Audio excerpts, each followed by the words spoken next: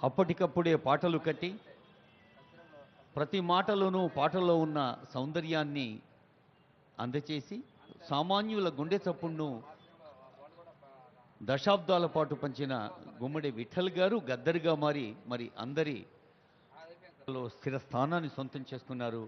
గద్దర్ గారి కుటుంబ సభ్యులకు శుభాకాంక్షలు. అమ్మ విమలమ్మ గారికి నమస్సులు. ఆనరబుల్ సీఎం గారి చేతుల మీదుగా అందచేసిన ఆత్మీయ సన్మానం.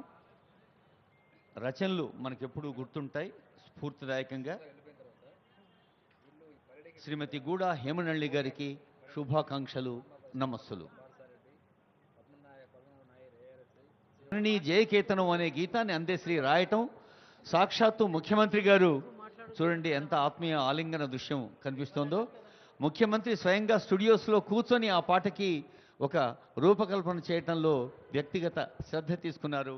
అందేశ్రీ గారు 2006లో వారికి సినీ నంది అందింది. ముఖ్యంగా 6 ఖండాల నదుల్ని వారు సందర్శించి నదీ భాష విని ప్రకృతిని ప్రేమించిన అందేశ్రీ గారికి సన్మానం. సుప్రజ గారు, వారి కూతురు సుప్రజ గారు అందుకుంటున్నారు. వెంకన్న గారి పాట కూడా మనకు తెలుసు. ఉల్లము నిండా పల్లె ప్రేమ నింపుకున్న గోరటి వెంకన్న గారి 2000 సినిమాలు, 3000 పాటలు, మరి ఒక నేలమ్మను, శ్రమకావ్యాన్ని, స్త్రీ పురుష సమానత్వాన్ని, నేల తల్లిని, అడవి తల్లిని, ప్రకృతి మాతను కలంలో నింపి జయరాజు గారి సాహిత్యం మనకు ఎంత ప్రతిధ్వనిస్తుందో తెలుసు.